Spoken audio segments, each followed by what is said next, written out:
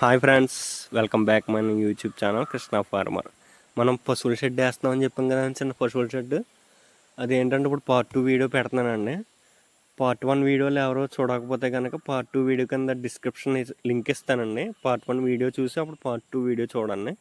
ఎవరైనా సబ్స్క్రైబ్ చేసుకోకపోతే సబ్స్క్రైబ్ చేసుకుని లైక్ చేసి కామెంట్ చేసి షేర్ చేయండి. మన పార్ట్ 1 వీడియోకి 1K వ్యూస్ వచ్చినాయండి. థ్యాంక్ యూ సో మచ్ అండి మీరు చూసినందుకు. మీరు అలా చూసే కొలది మేము ఇంకా వీడియో పెట్టాలి, చెయ్యాలి అని నాకు అనిపిస్తుందండి. ఇంకా బాగా చెయ్యాలి, ఇంకా బాగా పెట్టాలని. కానీ ఏంటంటే వ్యూస్ వస్తున్నాయి కానీ సబ్స్క్రైబ్ చేసుకోవట్లేదండి. ప్లీజ్ సబ్స్క్రైబ్ చేసుకోండి. సబ్స్క్రైబ్ చేసుకుంటే నాకు ఎంకరేజ్మెంట్ అనేది వస్తుందండి. ఇంకా లేట్ చేయకుండా పార్ట్ 2 వీడియోలోకి వెళ్ళిపోదామండి. చూసే ముందు పార్ట్ 1 వీడియో అయితే ఓసుల దాకా వచ్చిందండి. పార్ట్ 2 వీడియోకి వెళ్ళిపోదాం రండి.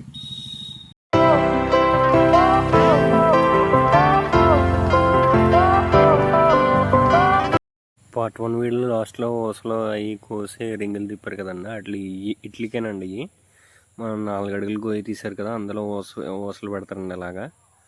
ఇలా స్తంభం అది పోయడానికి. చూడండి, 4 అడుగులు గోయలు ఇలా స్తంభం వేసి పోసారు.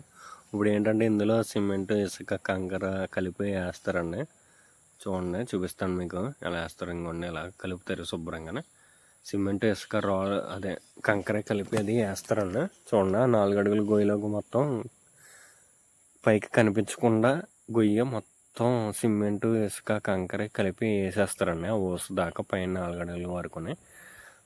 అలా అది కంకరది పోసినప్పుడు అండి అలా కర్రెట్ కూరుతారండి గట్టి కిందకి వెళ్ళడానికి. అలా గట్టి కూరకపోతే కనుక గుల్ల కింద వచ్చేస్తుందండి సిమెంట్, కంకరని. గట్టి కూరాలి. ఇప్పుడు ఏంటంటే ప్రస్తుతానికి మనకి 2 స్తంభాలు అయినాయండి. ఇది మొదటి స్తంభం, ఇది రెండో స్తంభం అండి. ఇది పైదాకా వేసారు చూసారా. ఇప్పుడు 3వ స్తంభం వేస్తున్నారండి. చూడండి, 3వ స్తంభంకి వెళ్ళే ముందు చూడండి, ఇదిగోండి 3వ స్తంభం. ఇదిగోండి సగం వేసారు, ఇంకా వేస్తున్నారండి. ఇప్పుడు తెస్తున్నారండి. ఆయన అలా ఓసలు ఎందుకు పట్టుకున్నారంటే కొంచెం వాలకుండా స్తంభం అంటే వీళ్ళు కొలత వేసుకుంటారు కదండి. ఆ కొలతను బట్టి వాలకుండా ఉండడానికండి. ఓస వాలితే మళ్ళీ స్తంభం స్ట్రైట్గా రాదండి, అందుకు పట్టుకుని వేయిస్తారు. చూడండి, అలా ఫుల్గా వేసేయాలండి పైదాకా. ఇందాక ఫస్ట్ స్తంభం, రెండో స్తంభం చూసారు కదా ఎలా వేసారో అలా వేసేయాలండి. ఇప్పుడు ఏంటంటే స్తంభాలు మొత్తం అవన్నీ లోపల వేసిన తర్వాత స్తంభాలు బాక్సులు తెస్తారండి పైకి స్తంభాలు వేసేయడానికి. ఆ బాక్సుల్లో మళ్ళీ కలిపి వేస్తారు. చూడండి, ఇప్పుడు బాక్సులు ఉన్నాయి కదా, చూడండి ఇదిగోండి బాక్సులు. ఇలా ప్రతి బాక్స్కి పైన అలా వేసి స్తంభం కింద నిలబెడతారండి. అది ఇలాగే ఇందులో కూడా కోరుతారండి మొత్తం. అంటే అది మొత్తం దిగిలాగా కంకర మొత్తం గట్టిపడాలి కదండి. ఈ స్తంభాలకి అలా సిమెంట్ రాసేస్తే మళ్ళీ అవి రావు, బాక్సులు ఏమో రావు అనుకుంటామండి. కానీ ఏంటంటే వాళ్ళు డీజిల్, ఇంజిన్ ఆయిల్ రాస్తారండి ఆ బాక్సులకి.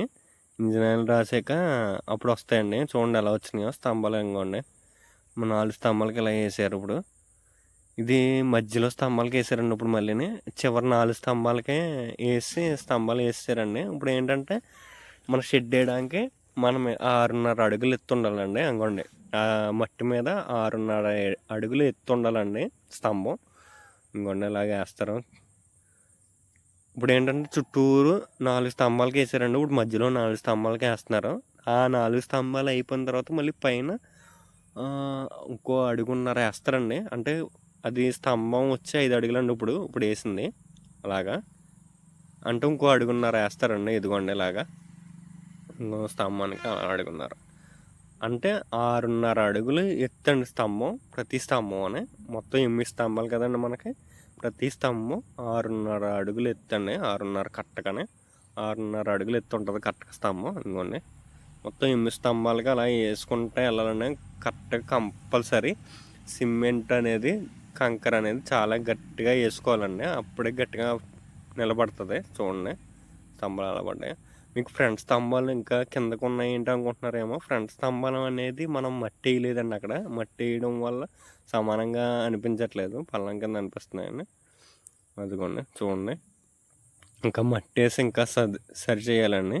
అంటే ఇంకోండి చూడండి, ఇంకోండి ఈ 4 స్తంభాలు చూడండి 6.5 అడుగులండి. అంటే ఫ్రంట్ స్తంభాలు మనం మట్టి వేయలేదు కాబట్టి అక్కడ నుంచి వచ్చిందండి, కింద నుంచి వచ్చింది. ఇప్పుడు ఏంటంటే ఎదర స్తంభాలకి మట్టి వేసాం కాబట్టి అక్కడ నుంచే స్తంభాలు వచ్చినాయి అండి. అందుకు మనకి ఫ్రంట్ స్తంభాలు ఏంటి కింద నుంచి వచ్చినాయి అనిపిస్తుంది మీకు. అక్కడ మట్టి లేదండి, అందుకు కింద నుంచే వేసారు. చూడండి ఇలాగా. ఇలా అంటి చెట్లు ఎందుకు కట్టారు, ఆకులు అంటి తోట ఆకులు ఎందుకు కట్టారంటే స్తంభాలు నీళ్ళు వేసినప్పుడు ఆరిపోకుండా ఉంటాయండి. ఇప్పుడు ఏంటంటే దీనికి 9 అడుగుల గోడ అండి, గోడ కడుతున్నారు స్తంభానికి. ఆ స్తంభానికి ఈ స్తంభానికి 9 అంగుళాల గోడ అండి. ఇది ఎందుకు కడుతున్నారంటే మట్టి దిగిపోకుండా ఉండడానికండి.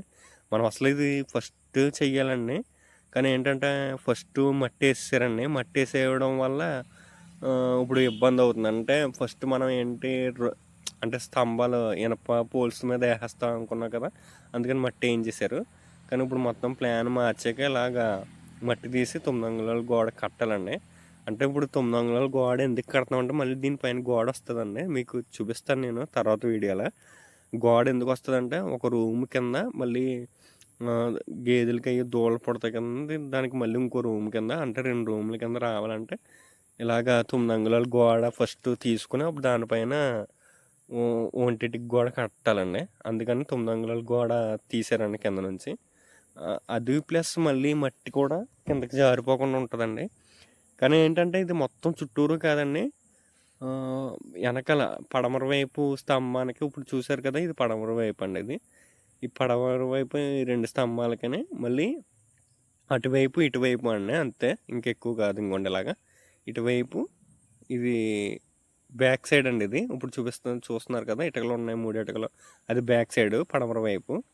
ఫ్రంట్ ఆ పక్కన ఈ పక్కన అండి, అంతే, ఇంకా వేయలేదండి మళ్ళీని. అది వేస్తారో లేదో ఇంకా తెలియదండి, కానీ ప్రస్తుతానికి అయితే ఇలా జరిగింది. చూడండి, ఇదిగోండి ప్రతిరోజు తడపాలండి. ప్రతిరోజు తడిపి నీళ్ళు వేస్తేనే బిగిస్తుందండి, లేకపోతే తడపకపోతే బిగదండి. ఇంకోండి ఇంకా మట్టి వేయాలి, ఇంకా చాలా పని ఉందండి. చూడండి ఎంత ఖాళీ వచ్చిందో, మట్టి తీసేసి మాకు గోడ కట్టారు కదండి, మరి అందుకని ఇంకా బోల్డ్ మట్టి వేయాలండి ఇందులో ఖాళీలోనే. ఇదిగోండి చూడండి 9 అంగుళాల గోడ అండి ఇది. సరే అండి, పార్ట్ 3 వీడియోలో కలుద్దామండి. ఎవరైనా సబ్స్క్రైబ్ చేసుకోకపోతే మా ఛానల్ని సబ్స్క్రైబ్ చేసుకుని లైక్ చేసి కామెంట్ చేసి షేర్ చేయండి. Thank you so much.